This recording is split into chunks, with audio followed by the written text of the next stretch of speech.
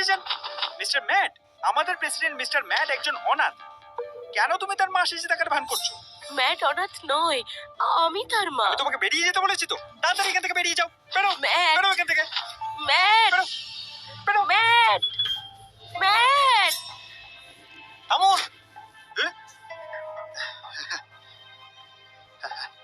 Mat, মা, তুমি এখানে কি করছো?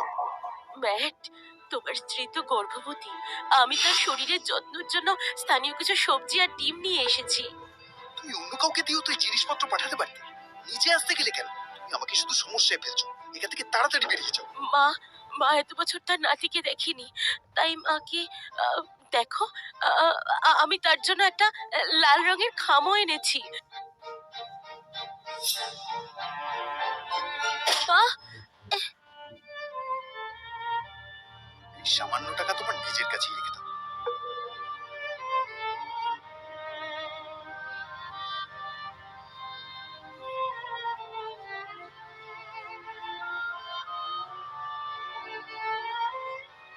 ম্যাট, ম্যাট, তুমি এখানে কি করছো? ম্যাট, এটাই কি আমার পুত্রবধূ? উনি আবার কে? লিলি, আমি ওর ডিয়ার, উনি আমার গ্রামের প্রতিবেশী, আন্টি লিভ।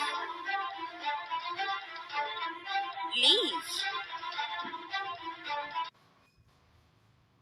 ম্যাট, আমাকে তুমি লিভ বলে ডাকছো কেন? আমি তো বুঝে গেছি আন্টি লিভ। আমি জানি তুমি কি বলতে চাইছো, আর কিছু বলার দরকার নেই। ম্যাট, তুমি কি করছো? আনি, তুমি প্রেগনেন্ট না? আমি আন্টি লিভের কাছ থেকে কিছু গ্রামের সবজি এনেছি, যাতে তোমার শরীর ভালো থাকে। গ্রামের সবজি? আহ, গ্রামের সবজি কি এবার পরিষ্কার নাকি? হ্যাঁ, একদম পরিষ্কার। আনি, দেরি হয়ে যাচ্ছে, তুমি আগে কি কি কিনে এসো, ততক্ষণ আমি আন্টি লিভের সঙ্গে একটু কথা বলি। ঠিক আছে। ও, আর শোনো, আমাদের দিদি কাজ ছেড়ে দিয়েছে।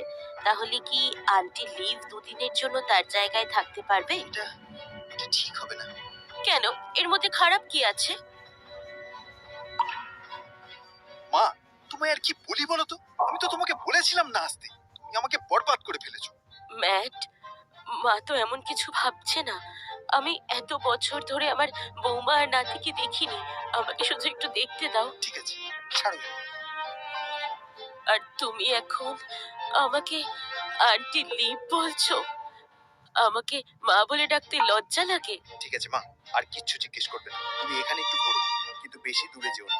আমি পরে এসে তোমাকে নিয়ে যাবো। আর শোনো, বাইরের লোকেদের সামনে তুমি নিজেকে আমার মা বলবে না, বলবে তুমি আমার আন্টি লিভ। ঠিক আছে? Aunty leave.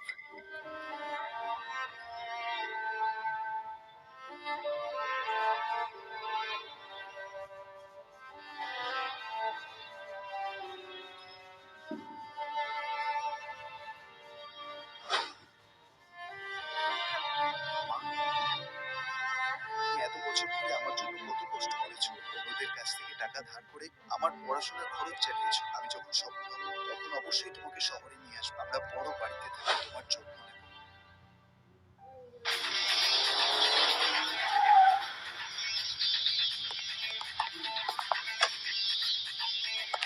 মিস্টার ইয়েন, এটা সেই কোম্পানি যেটা আমরা আজ দেখতে যাচ্ছি। ঠিক আছে। গডমাদার এখানে? গডমাদার?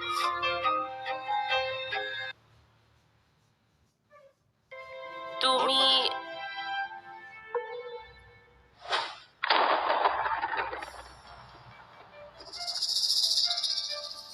চোর চোর, দাঁড়া।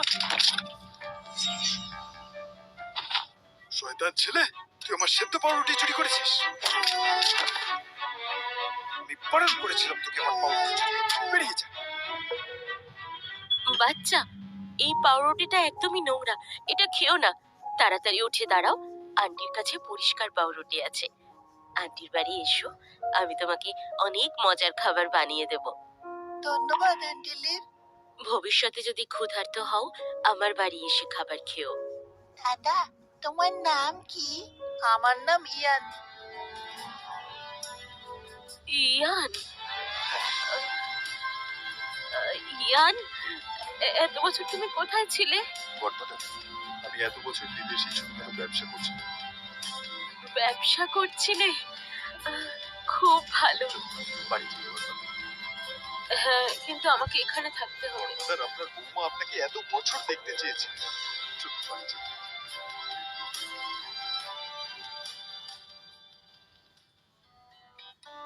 গডমাদার, আপনাকে স্বাগতম।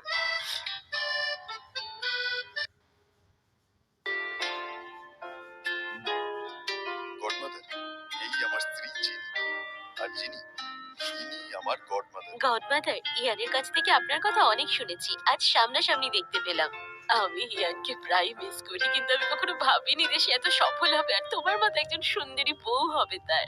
গডমাদার মানুষকে প্রশংসা করতে পারে। চলুন ভেতরে কি কথা বলি। যিনি, মেঝে তো খুব পরিষ্কার, আমার জুতো। মেঝে যতই দামি হোক না কেন, তা মানুষের পায়ের জন্য, আর তার উপর আপনি ইয়ানের গডমাদার। চলুন চলুন আপনি। এটা এটা তো নোংরা। কোনো ব্যাপার না, চলুন।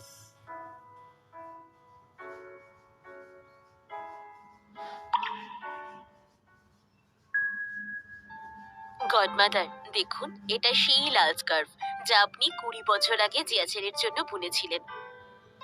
ভাবিনি যে ইয়ান এখনো আমাকে মনে রেখেছে এবং এত সফল হয়েছে। এটা সত্যি খুবই ভালো।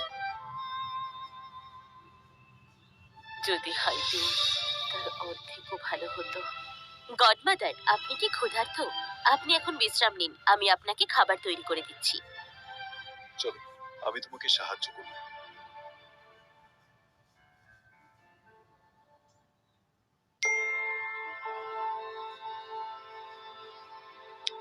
ও, ম্যাড আমাকে বলেছিল যে বেশি ঘোরাঘুরি না করতে।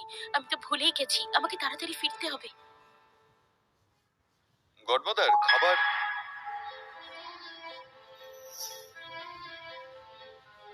ইয়ান, তুমি খুব ভালো ছেলে এবং তোমাকে এখন এমন অবস্থায় দেখে আমি খুব খুশি, কিন্তু আমাকে আমার নাতিকে খুঁজে পেতে হবে। আমার জন্য চিন্তা করো না। গডমাদার, আমি আশা করি তোমার কোনো বিপদ নেই।